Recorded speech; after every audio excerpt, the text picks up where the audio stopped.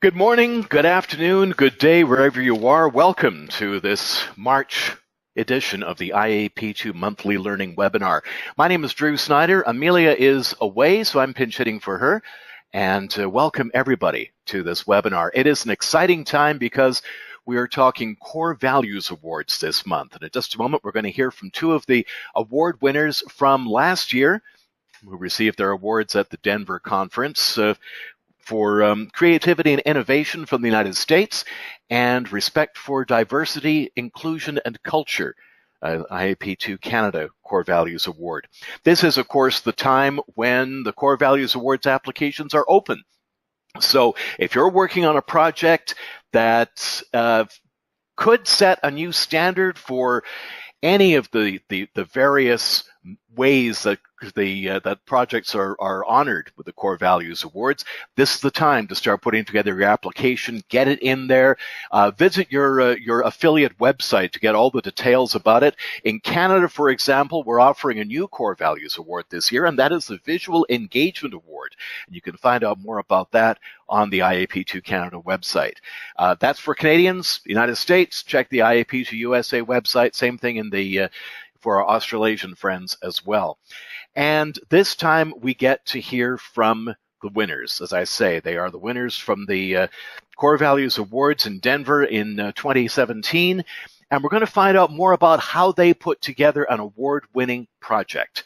So we're going to meet Camille Morse-Nicholson from the Jefferson Center in St. Paul, Minnesota, Catherine Rockendell from Rockendell and Associates in British Columbia, as they won some pretty significant awards. There's something for everybody in all of this, so I think right now it's a good time to just get things underway.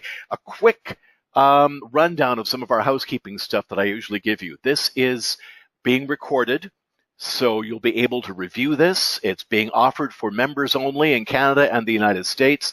So, and this is something new for the United States. It's a member benefit now, so you need to be a member to get in. Or if you are a non-member who is taking part in this, we will send you the link, a direct link to this recording, and you can still benefit from it as well. We'll also have the collateral materials, such as any links, any documents that they make reference to, and their PowerPoint decks. We'll send those to you as well, and send all that to you, plus a link to an exit survey. If you would fill that out for us, help us to just to keep improving these webinars, and those surveys go a long way towards helping us to do that.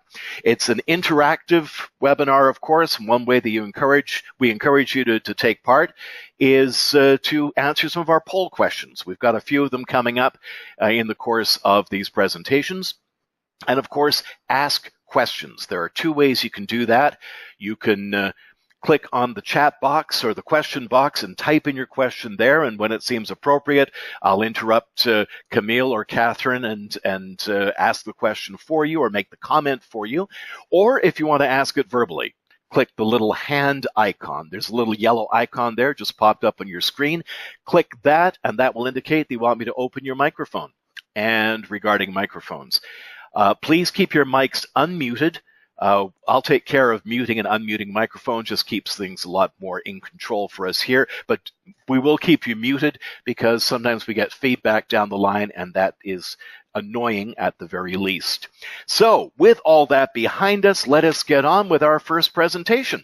And it is a pleasure to introduce to you Camille Morse-Nicholson.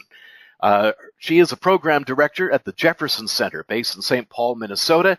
Camille manages projects and provides logistical support from the conceptualization phase through implementation to post-project media relations, communications, and outreach. As well, Camille manages stakeholder, community, and organizational coalition building to generate support for deliberative processes and to inform the development of meaningful deliberative outcomes. She's particularly focused on the organization's Climate and Community Resilience program. Camille earned her bachelor's degree in political science from Hamline University in St. Paul, where her studies centered on American politics and civic participation in post-Soviet countries. But what have you done lately, Camille? Camille, welcome, and thank you for taking part today. Thanks, Drew. And thank you everyone for joining us. So just to give you a sense for who I am And actually, I need to make sure that I'm showing the correct screen. Drew, could you throw that over to me again? Well, actually, okay. I will take back. Oh, I think I've got it. Okay. Because you were good before. Sorry about that. All right. So my name is Camille Morris Nicholson, and I'm the program coordinator at the Jefferson Center in St. Paul, Minnesota. We are an organization that centers on community engagement, particularly using the model of citizen juries. We envision a society where individuals authentically engage with one another, their communities, public and private institutions, government, and elected officials to address challenges and issues that impact their lives. And so we essentially work with communities to identify, frame, and address a problem using community engagement. And so, sorry about that. So the way that we achieve this is we are not exclusively limited to using the citizen jury model, but it is the one that we most often utilize. We have a three-step dialogue to action model. And so we co-define the issue using collaboration with stakeholders from the community and helping to name and frame the challenges that they're facing. Then we work through the co-design of the process. So as I mentioned, that's often citizen juries, but not always. We work with community groups to figure out what works best for them. And as I'll talk about our Rural Climate Dialogues program, what that's looked like in the 2 iterations of the Rural Climate Dialogues has changed. And so we've experimented with different models, and I look forward to sharing that with you. And then we co-create. And so the stakeholders, after they've formed the framing for the challenge, and we've worked on the design, the participants co-create. And I recognize that probably there will be a number of people on this webinar who are unfamiliar with the citizen jury model, or at least not really highly familiar with it. So I'll make sure to cover that. But the engagement process that we use, the participants are empowered to make decisions about how best they believe that the challenge can be solved. And they are then connected back with the stakeholders from our initial work in the communities to implement those recommendations. And so as a nonprofit, we work to create systems that allow them to engage on meaningful action with the entities or organizations or individuals who are already influencing that topic in the community. And so to give you a sense for what the citizens jury is, it's a deliberative process that uses a small group, which is a microcosm for the larger community. And so in our Rural Climate Dialogues program, we have typically had groups of 18 people who are participating in this event. And we do random selection for participants. And so personal and identifying information is randomized and codified, but we use a computer program that selects a panel of participants who are reflective of the larger community using census data. And then we provide compensation. And so I know that for many of you involved in public participation, it can be a challenge to recruit people to participate. And so we tend to use $150 a day per person per day. And that has allowed the barrier to participation to be reduced because people are able to take it's reasonable for them to take a day off of work, or maybe PTO, or some unpaid time, because it's not often operating a massive loss for them as far as income. And we also provide childcare and transportation stipends. And so we don't provide on-site childcare, but we will compensate participants up to a certain degree for childcare.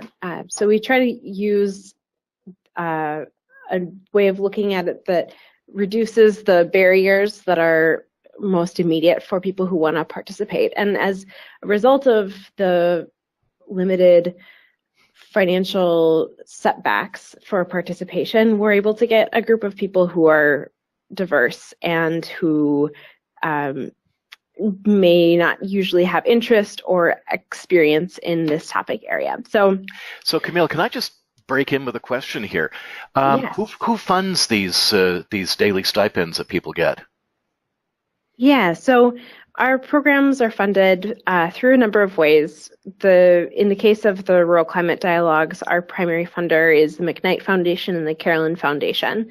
And so those are private foundations in the United States.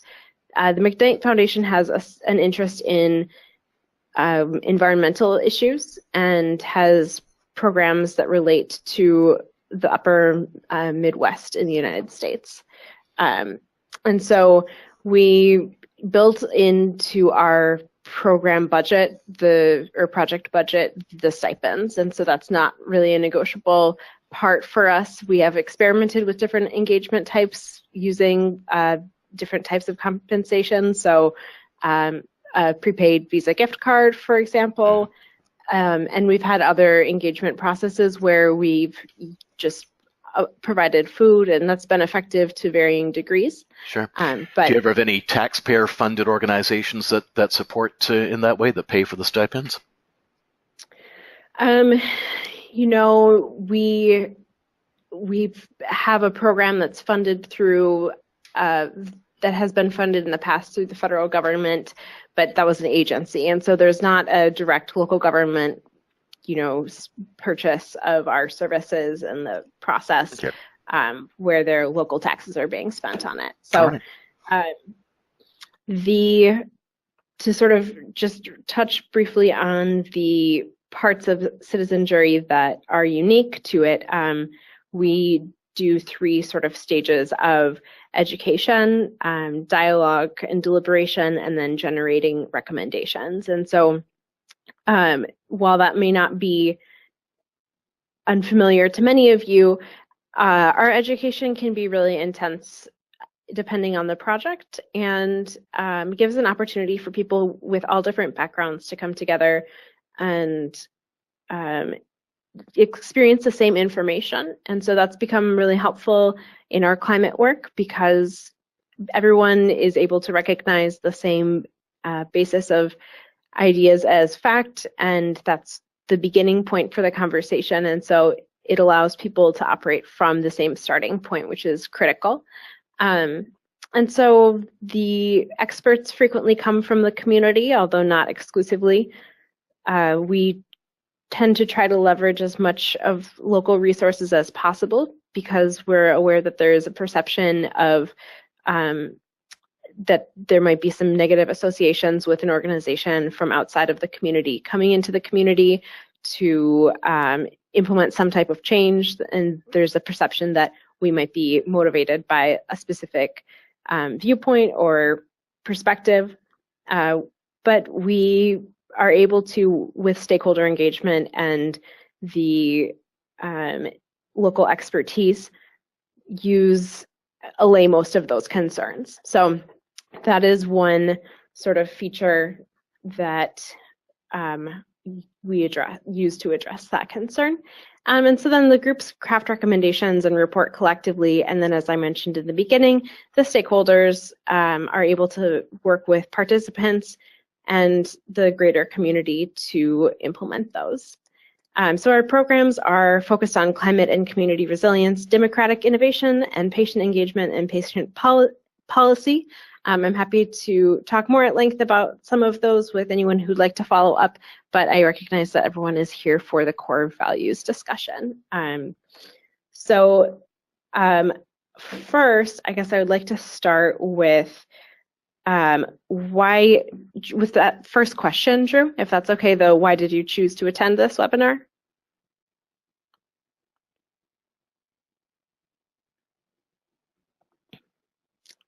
I don't know. Okay, polls open. Sorry about that. I was a little slow. No worries. Slow on the trigger finger there. Okay, so here we are. Why are you taking part in this webinar? So are you just here to learn? Are you designing a P2 project to submit? Are you running a P2 project that you want to submit for it?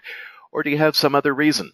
And so let's leave it open for a few more seconds here, and let's close it.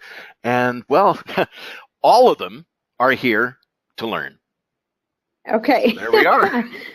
Perhaps I should not have been so general in my in the possible responses that I provided, but I'm glad to see that I'm in an environment of learners. Just to get back into the Rural Climate Dialogues conversation, our events are held in 3 distinct Minnesota counties. And so those counties are Stevens County, which is in western Minnesota right here, Itasca County, which is our northern county, and then Winona County, which is southeastern Minnesota. Stevens County's sort of primary or one of their main drivers of conversation locally about the environment is agricultural, whereas Itasca County is more oriented towards outdoor tourism and lumber, and then southeast Minnesota is more oriented towards their water resources and tourism as well. And to the east of the state of Minnesota, for those of you who are not aware, is the Mississippi River. And so that is a defining feature, especially for Winona County. So in the Rural Climate Dialogues, the role of participation, where that really came up in sort of concrete phases was the first was our outreach to communities, leaders, and stakeholders, which I mentioned sort of helped us define the process.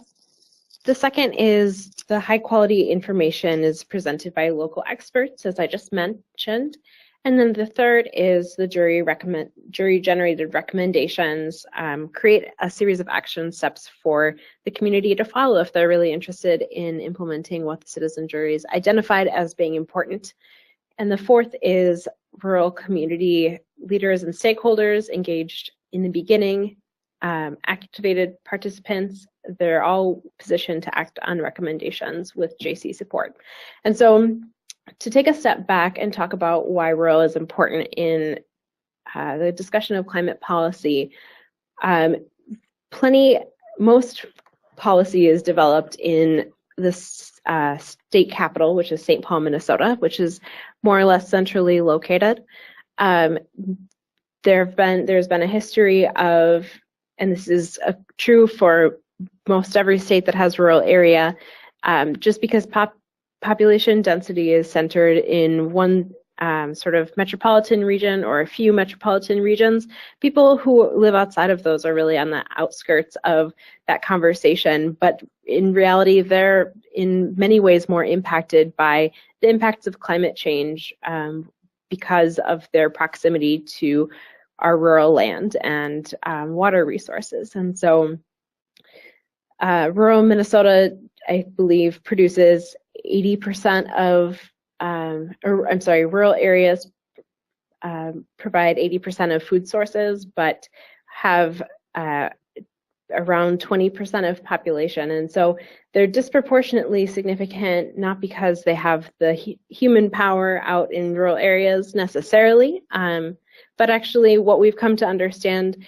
is that rural communities are really innovative in a way because they have to be, because they're frequently strapped of resources and they turn to their communities to solve problems, and they're creative out of necessity. And so that's been a really sort of important way for us to frame the Rural Climate Dialogues is that these communities are uniquely positioned to act as proactively as they can on the topic of climate change, which disproportionately impacts them.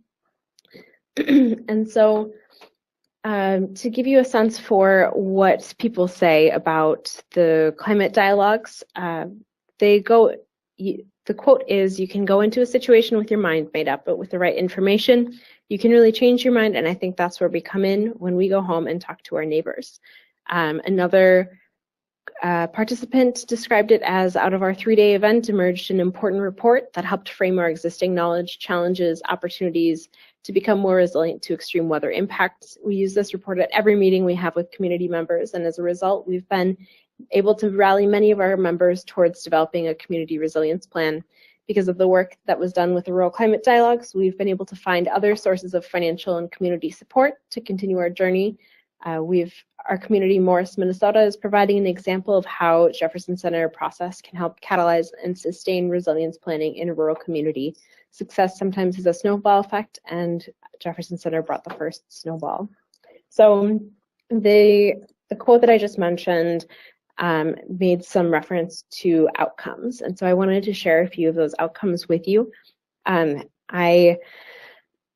The Rural Climate Dialogues in its initial iteration were 3 different rural communities. And then at the end, we decided to bring representatives from each of those communities together with state policymakers to discuss where they see opportunities and where they see state policy as being challenging for them to navigate successfully as communities, and where they see, opportunities for collaboration. And so in Winona County, which is that southeastern Minnesota, Mississippi River bordering county, the city participated in a program called Partners in Energy with their utility that serves much of the county. It's ultimately saved or provided over $100,000 of investment from the utilities in low-income household energy efficiency upgrades. The Winona County has secured over $30,000 in private investment to train insulation installers, as well as run some pilot projects that were all designed as ideas stemming from the Winona County Rural Climate Dialogues report. And there are a number more achievements, but also exciting is in Stevens County, which is that southwestern or western Minnesota. The Morris City Council has signed a technical agreement with the city of Saarbrück, Germany. And that city is a community much like Morris. It's rural, and it produces, I believe, 200% of the energy that the entire community uses. They have an energy park, which has some turbines and solar panels. And so the 2 cities, through a project facilitated through the University of Minnesota, have signed a learning agreement where the Stevens County elected officials and public officials have gone to Germany to experience this different sort of energy future for themselves. And they're learning a lot and getting a lot of energy out of that. I know that they're exploring district heating in Stevens County as well, which is using the heat that is created through energy generation in a more efficient way. And they've incorporated climate resilience into emergency planning, which is not a process that is already set up. They've also secured a significant amount of private funding as well for pilot projects and topics relating to, pilot projects on topics relating to the recommendations. And our third community up north in Itasca County is considering and exploring as a community what the installation of a solar garden would look like and increased rain. They have achieved increased rain garden installation. The progress there has been, I think, more on an individual level, but still is something exciting.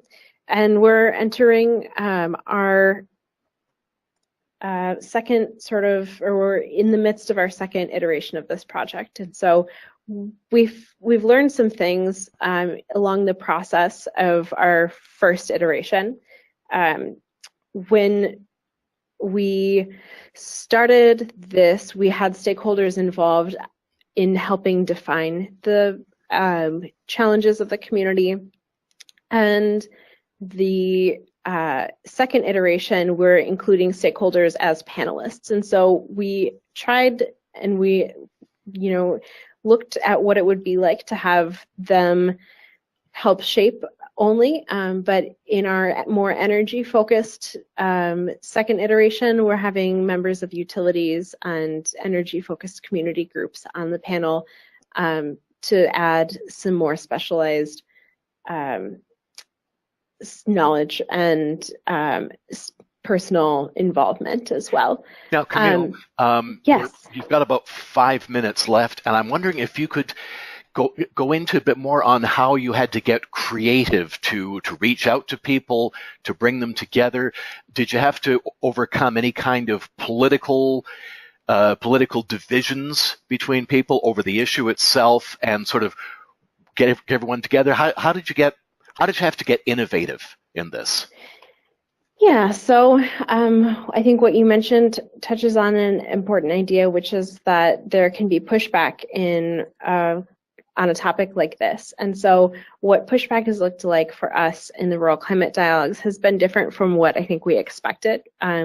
We've had people who are traditionally progressive and very interested in addressing climate change, who have been resistant to our model of community engagement. And there have been others who are doing things that, like taking action in communities where they don't necessarily see their actions as being oriented towards climate change or community resilience, but really are financially lucrative for them. And so, for example, that's a methane capture in system in rural Minnesota. And so the way that we've really found to be helpful to the overall purpose of our project has been to make sure that we're asking the right questions to people when we're doing the outreach. And so it was so essential for us to meet with them and relate our project to them in a way that resonated. And in some ways, what that meant was meeting with people and having them say, I don't personally see my connection, but I'm not going to get in the way of it. And keeping them in the loop as far as reporting things back to them. I would say also that the creativity that was required for this project in rural Minnesota outreach has been, our demographic selection process isn't always, or I guess I should say our outreach process isn't always flawless in our first attempts at it. And so we have frequently a panel of applicants who are older and often are just retired and have the time that others don't. And so we've had to experiment with really leaning on our community partners networks. And that has been, at least in sort of preliminary experience, has been a successful way of gathering people together who aren't interested. And in other cases, if we really lean on the financial compensation, that's been a way too that we get people who aren't traditionally engaged. And so we evaluate in the beginning and the end of whether people, their attitudes towards climate and their capacity to impact individually as a community and as a local government. And so it's interesting to see from the beginning towards the end what those changes are from people who are otherwise uninvolved and who are really just showing up for the financial compensation. Right. I've got a question from the floor, and then we'll need to wrap it up and give Catherine Rockendahl a chance to tell us about her project. But Beata is asking a question that I think is loaded with TNT. She's asking, why did climate change activists oppose your methodology? I think that's you touch on a really great question or idea, which is that I think people who have invested a lot of time and energy in getting to know the ins and outs of environmental issues and climate, they are nervous about the idea that other people who don't have that same background would make a choice that they perceive as being wrong for their community. And so I think that it speaks to the energy and investment that those people have put into it, but ultimately the community is more equipped to act afterwards in ways that they perhaps weren't before. And so that's been a really interesting sort of tension to unravel a little bit. So very interesting, yeah. Thank you for that. We've had a look at how this aligns with the IAP2 core values, and we will have time to come back to you afterwards as we open up the floor for some more comments. So, great. Camille, thank you for that. And once again, congratulations on that. Jefferson Center has been doing some very interesting award-winning work over the years. There's no question about it. And so with that, let's move on and say hello to Catherine Rockendahl from Rockendahl and Associates. Catherine is, she's been in the business since 1990, and she is, just a second here, I have to multitask. Okay, here we go. Okay. Catherine's been in the business since 1990 as a process facilitator, public and organizational engagement strategist. She has worked with communities, organizations, government, and companies, supporting them to understand complex issues, build relationships, facilitate collaborative planning, and to enhance strategic decision making. And up until this past fall, Catherine was president of IAP2 BC. She is also the 2017 recipient of the Donald Golub Award for her continuing contribution to furthering P2 in British Columbia. And so it's a great pleasure to welcome you to this, Catherine, and to thank you for taking the time to be part of this. Thanks so much to everyone for joining us. I'm just going to show my screen, and hopefully if anybody has a problem, they can let us know or let Drew know. You're right there. We got you. Okay, perfect. Now I'm just going to, for some reason, Drew, it's not showing the ability for me to actually advance this. Something's happened here and I can't. Try the arrow buttons on your... No, there are no arrow buttons. That's what I'm trying to say. No, I mean the arrow buttons on your keyboard. Oh, okay, beautiful. There you go. So thank you so much. I was looking for the ones in the presentation. So our project is located in the Greater Vancouver area, which is on the west coast of Canada. And I don't know how many people are familiar with that area, but I just put a map in here so you can get a sense of where we are at. We're in an earthquake zone, which is a critical component to part of my presentation. And Richmond and the school districts that we worked with is basically at the end of a river delta. So in an earthquake, this area is subject to liquefaction. And in fact, pretty much the whole area will be subject to liquefaction above in a moderate earthquake zone. So you know, you can see what you see there is the Fraser River coming down. I have worked, as Drew mentioned, it's unfortunately dating myself there, but I've worked in the area of community development and with communities and organizations around participatory action research since actually well before 1990. And I came into IAP2 because it really aligned with my experience as a facilitator and as a community development practitioner. And of course, if anybody's interested in my work, you can go to my website and have a look at it. It talks about many different projects. On this particular project, I was contacted by the Richmond School District, and you see the trustees here. because they had originally been talking about the fact that they had a number of problems.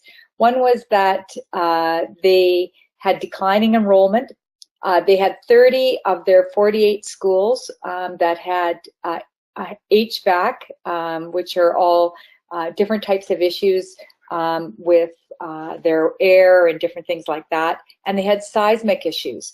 Originally, they weren't thinking of it as a school closure process, but when the budget came in to actually identify in the millions of dollars what it would cost, and there was no provincial funding at the time from the Ministry of Education, which is what funds schools in British Columbia, to provide this, they realized that in order to address these three complex issues, that school closures might be a possibility. When I first met with them, the Board of Education wasn't in agreement that not even what the process was, but also what the problem was. We spent quite a bit of time just exploring what was the decision that they had to make, and from that, what was the problem that they were actually looking at. Once we had that original conversation with the decision makers, the people who would ultimately be making the decision, we structured a steering committee.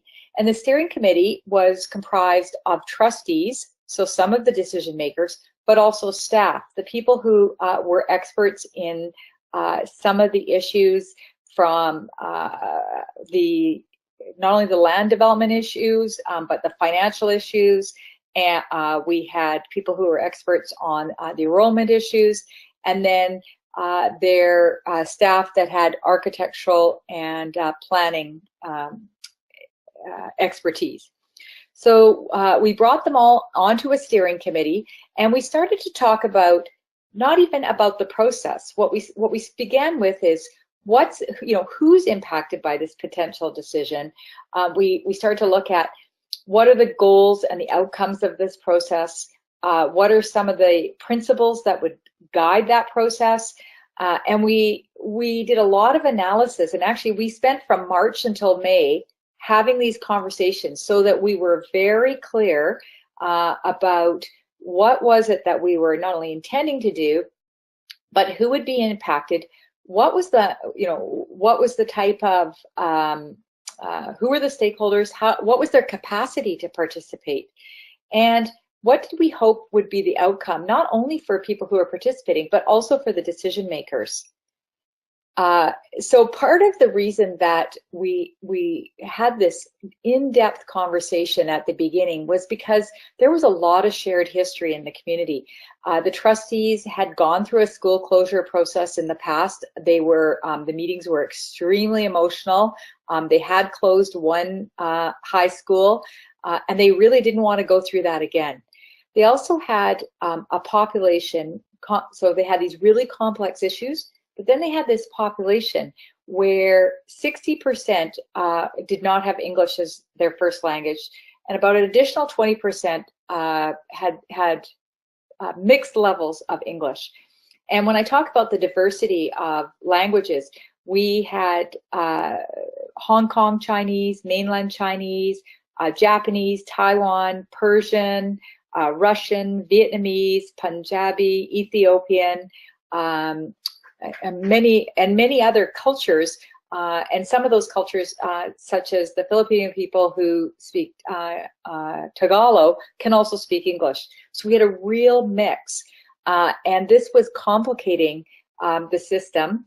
In addition, particularly around some of the people who had come from more oppressive government structures, they did not have a strong confidence in government or government agencies, but they did have good relationships with their school because the school provided what we call in British Columbia the Swiss workers, which are basically settlement workers in schools.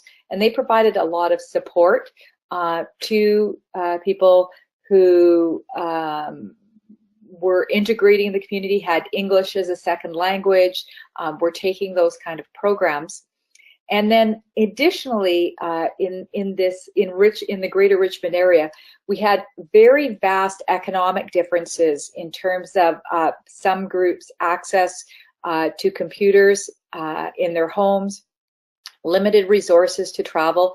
So we had inner city schools where the populations had a diversity and a lot of poverty experience. They had language issues. So it was a very complicated situation. And this is when the trustees and the staff called me to say, we want to engage, but what do we do? This is, we've had meetings before and nobody's come. And when we have made a decision, it's been very emotional. And we have a low capacity in our community to understand the complexity of these decisions. And yet we don't feel it's appropriate to just make the decision without consulting people. So Drew, I'd like to put up that poll, the first one that we identified, that asks people what experience people have had. Yeah, thank you. Right. And so there you go. Have you had to overcome language barriers in a P2 process? So we'll give you some few seconds to get this, get your votes in. Thanks, Drew. And close it down in 3, 2, 1. And let's see what we've got here. And we have interesting split here. 57% say that yes, they have encountered language barriers. 43% say no, they haven't. So there's something for you to work with there.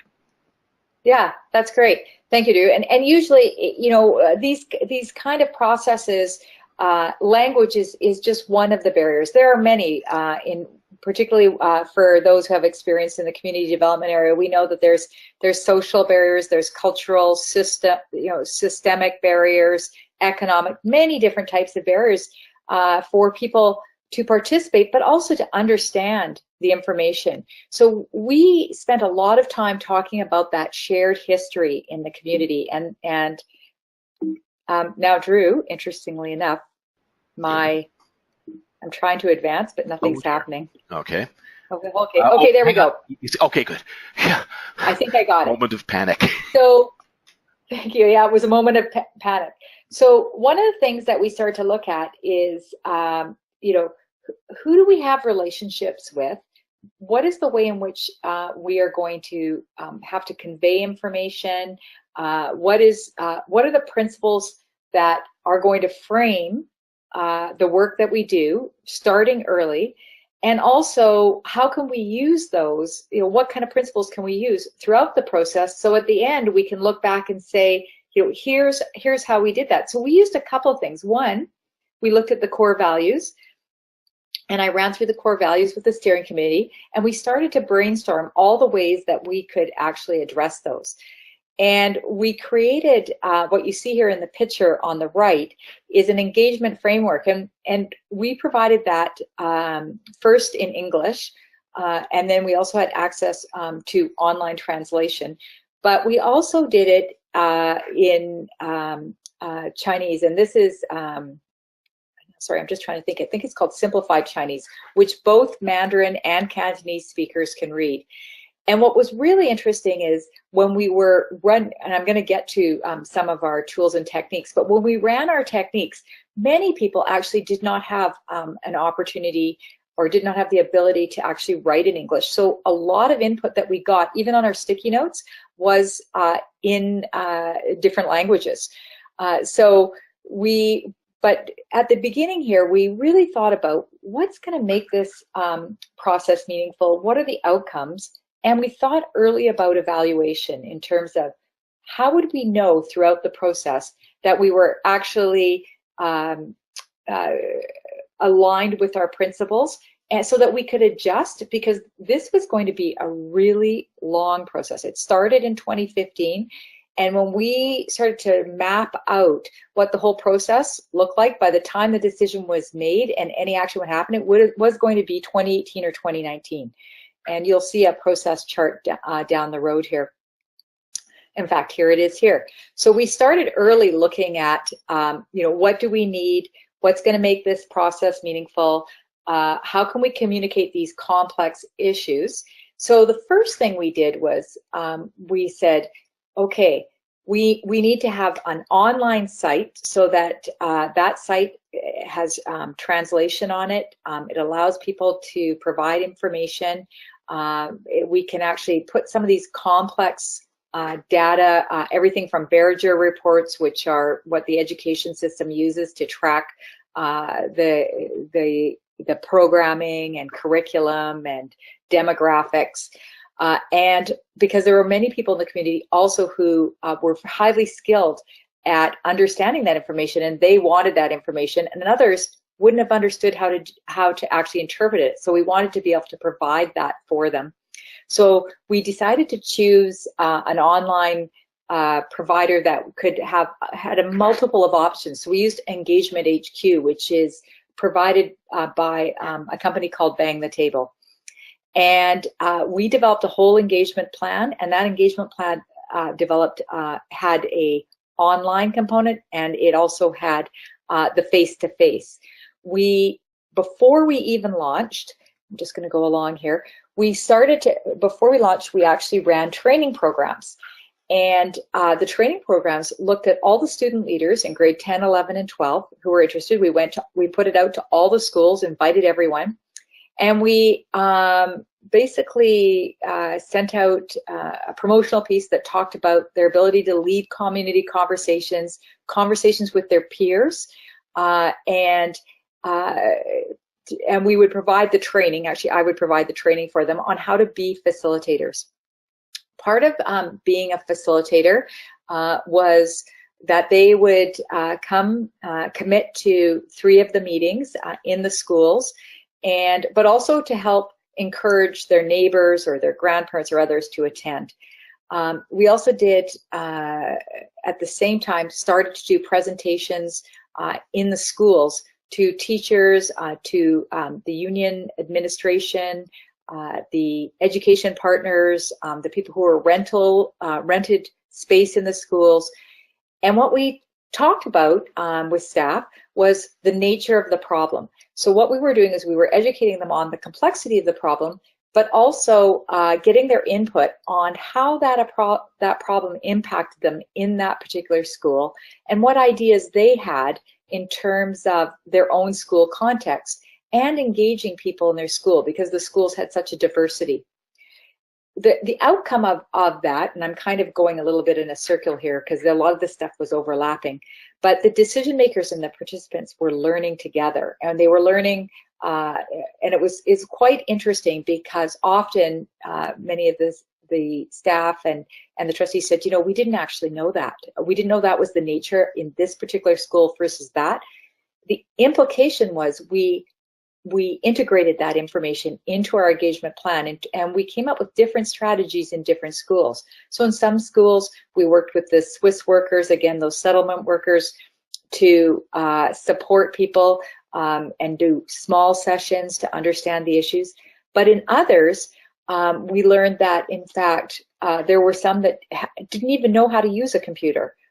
They hadn't actually participated in any online polls. So we collaborated with the community organizations, and one example is an organization called Success, which provides support for the Chinese community around language programs, training workshops. We partnered with them, and we used the Engagement HQ website, the online site, in their workshops, and they were training people how to use and participate in demographic processes and participating in polls using that website. So our process became part of their workshops that they were continuing to operate in the community.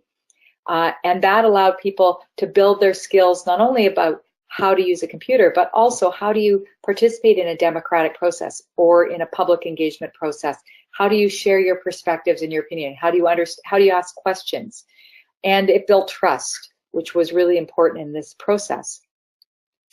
Drew, I'm wondering if this would be a good time to ask that my other poll question around, because part of what we did was the students acted as interpreters in there, and I've talked about a number of interpretation here, and I'm wondering if we could just ask the other question. Yeah. No sooner said than fiddled.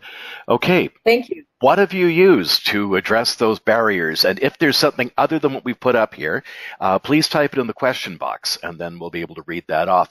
And we have another question for you too, which has come in from the floor. But right now, let's deal with this poll. And okay, because it'll give me some direction. Sure. So once again, we're asking, have you used a professional interpreter during meetings, professional translator, infographics, personal contact, or as I say, other? And let's shut her down now. And what we see here, Catherine, is a three-way split, 30% talking about professional interpreters or translators or infographics, and 10% saying using personal contact with peer volunteers. Okay, this is great. Thanks, Drew. So I want to speak to this. So one of the challenges that we had with this process is we had almost a 2-year process with, and we had the online and we had all the in-person with essentially about a $50,000 budget. It was an extremely small budget. There was not a lot of money. So we didn't have a lot of money to use to hire interpreters or use professional interpretation. So within the school district, there were staff that spoke multiple languages, and for the online interpretation or the translation of any materials online, we leaned on internal staff to provide that service. In terms of the reason we used and accessed the student volunteers was because the students spoke, and in fact, in one of the polls that I did when we were talking to the students, it turned out there was about 22 different languages. Some of them spoke 3 to 4 languages, in multiple Asian languages, but also Spanish, German, many. It was quite interesting. And it was an opportunity for them to understand the issues and also talk to people, but encourage their parents, their grandparents, their friends and neighbors to come out to the meetings. So, I'm just gonna, okay. So, and I talk about this here, and you can see this picture of us doing some training here, but it was really about not only the objective of doing the participation and engaging on the issue, but also building bridges and connectivity in the community and making it easy for people to access information and to feel welcome. So the students were excellent at making people feel welcome. They loved the fact that we went out into malls and did iPad surveys, and that information was linked to our online site, and people were able to access that. But we were also looking about generating and understanding the kinds of questions people had throughout this long process. And this is a picture of one of the malls that we were in, and you could see that the picture of the process so that people understood how long this process was. And so I'm just going to back up and talk about a couple of tools that were really critical. When we launched this process, we launched it first on Canada Day, which is July the 1st, and we had the trustees who were always in the Canada Day parade give out bookmarks, and you'll see a picture of the bookmarks in a little ways further in this presentation. And it drove people through the link to the Engagement HQ website. And on that website, the first thing we asked people about was how did they want to be engaged? What was the best way to reach them? Did they want presentations in their schools? Did they want to be in the malls? At churches? What were the best times? We got them to pick times. We had a very extensive survey on, how do you want to participate? And then throughout the process, we also asked people all kinds of surveys in terms of everything from how do you take your kids to school, how do you make your choices around the type of curriculum and programs that you want your kids to take, what influences that. We partnered with many different neighborhood and educational partners so we had all kinds of meetings and went to everything from presentations at Rotary to we went to the success lunches, and the trustees spoke in Chinese to in both Mandarin and Cantonese, And then we complemented that with our online engagement. Our big point was to actually give voice to the interests and needs and concerns. So throughout everything, whether people posted questions online or they posted questions at our open houses, we posted them. We actually took pictures and posted. We used it. I don't know if people have used this app, but it's called Post-it Plus. And we took pictures of those and we uploaded those to the website so that people could actually see in the writing that people had written, whether it was in Chinese or it was in another language, in Spanish and or in English, the questions people were asking about the process. And then we had it, you ask, we answer, and we would answer those questions online. In addition, in all of our advertising, we actually included a picture of the Post-it, a particular Post-it, and we had the ad for an upcoming event, an open house or a coffee get-together, kind of a coffee clutch. We would put a question that somebody had and said, we're going to be talking about this particular issue. Come and join us for coffee. So there was all kinds of ways that we reached out to people using the questions that they were asking. Just going to jump in for a second, Catherine, just point out we got about 5 minutes. Okay, I'm really close to the end. So this is a sample of this is before we even launched the program in September. We just asked people, how do you want to be engaged? And we had, because the Engagement HQ has robust reporting, we were able to actually track how people saw our information. And we linked all our twos. What you see here is a picture of the bookmark. We did it two-sided, and it had the website and it had it in Chinese. But you can see through Twitter and all the online tracking, social media, we were able to see that people were actually, if they were concerned, we saw what their concern was. We also did, of course, the usual thing that everybody does, comment cards and forms. We changed the process as we went along to respond to people's input. These are some pictures from some of our sessions, kind of funny. You can see the students in lots of different venues. And we had evaluation data after every single event, whether it was an open house or whatever we were doing, and we asked people how they found out about it. We tracked things, and we were consistently changing that evaluation plan, updating it so that our strategies were responding to what people were saying. The goal was, in all that we had identified right at the beginning, was we wanted to build relationships and be the trusted source for information. So, for example, we sent newsletters. This is an example of one, and email updates to the schools, to parents, to people who had registered. And we told them about where they could find information and what was going on. And we communicated how, basically, there was a lot of communication. And this is just a sample of one of the articles that was in the Richmond newspaper. And essentially, we were leaning into our principles around our accountability, our transparency, but also ultimately looking at how do we engage a diverse group of people where we are actually building the capacity and having an impact in the community far beyond just the issue that we're talking about. The school district really wanted to make sure that they were building a community of engaged citizens amongst the students, but also educating their parents and the community on the complex issues they faced. Hundreds and hundreds and hundreds of people came out to the open houses. And in fact, in a community where the school population, I think, is around 19,500, we had close to 22,000 people participate in this process, individual participation. So that is, and here's just a few selection of some of the ladies that were participating, and you can learn more and see all of the reports are still online in terms of the long range facility plans, and the link is here. And there's also a video on the process on my website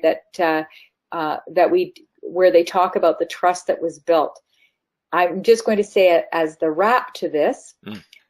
In the end, the trustees actually did not close any schools because the province, the Ministry of Education, committed to funding all of the upgrades that were required in these schools.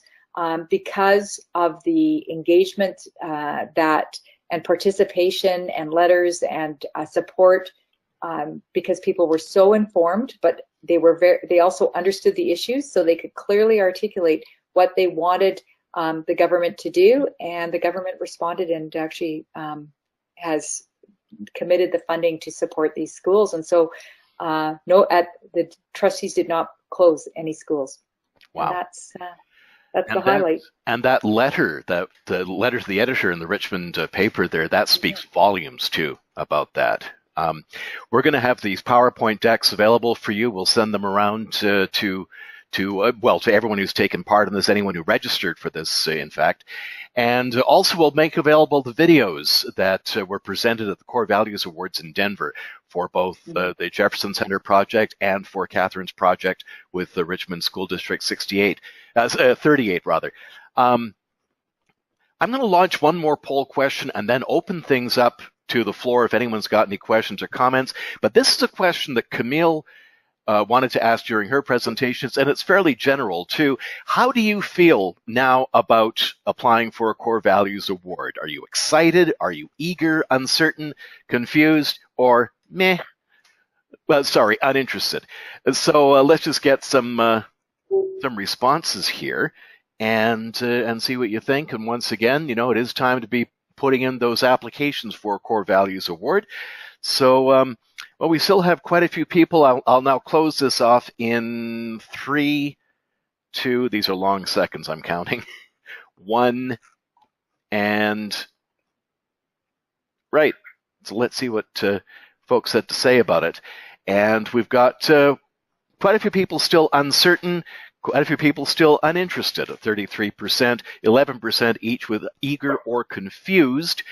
And so far, 0 are excited about that, but it's early days yet. And if you've got any questions about this, the people at your respective IAP2 affiliates will also be very happy to answer the questions. And you can also look at the information on the Core Values Awards on your affiliate websites and download the applicant kit, at least for Canada and the United States. Not sure if that's available yet on the Australasia website as well. So, do we have any further questions out there? And in fact, Camille, I'm going to bring you in out of the shadows as well. You're self-muted. But if we've got any questions for the rest of you, once again, Camille's organization won for creativity and innovation, and there is a similar category for that in the IAP2 Canada Awards. And similarly, there is the award for respect for diversity, inclusion, and culture, both for Canada and the United States, and lots of other different categories too. And also out of the project awards, we then selected Project of the Year, which goes on to compete against others from around the world. So it is quite an exciting thing to be getting into. So are there any questions out there, or are there any final comments from either Catherine or from you, Camille? Well, not hearing any, and I would welcome anybody who wants to contact me if they do have questions, they think of something later, or because in the short period of time I couldn't give all the details, and I could certainly answer one-on-one any questions that people have. So please feel free to reach out to me. Great. And Camille, any final thoughts from you?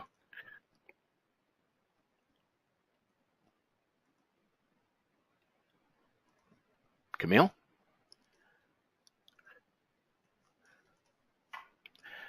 I will take that as a no, but we will definitely say to all of you, thank you, Catherine, thank you, Camille, and thank you all for taking part in this. So once again, this is recorded. We'll send you the link around there as soon as it's downloaded and up on the YouTube site. And we'd also appreciate it if you would take a moment and respond to our exit survey that we send around as well. So once again, thank you for taking part in this. Next month, more Core Values Award winners as we meet the winners of Indigenous Engagement for Canada. And these are the people from a previous winner, in fact, and that's Beringia Community Planning, and they teamed up with the Liard Aboriginal Women's Society for a project called Youth for Justice, pardon me. And it was to deal with a situation involving assaults on Indigenous women and girls in Watson Lake, which is up in the Yukon Territory. And there were kids who took part in this. They were Indigenous, non-Indigenous. They just got together to work out solutions to this situation. So they were in on this, and we'll also meet the winners of the General Project Award, the Tennessee Department of Transportation, as they had to somehow come up with solutions to a $6 billion backlog in projects. And to do that, they had to bring in as many people as possible to help them work it through. That's coming up next month. Visit the IAP2 affiliate website to sign up for that one. Once again, it's free for members, $50 for non-members, and we look forward to you joining us then. So thank you again to Catherine, thank you again to Camille, and to all of you. Thank you. And for IAP2 Canada, IAP2 USA, and IAP2 Australasia, I'm Drew Snyder, bidding you a very fond good day.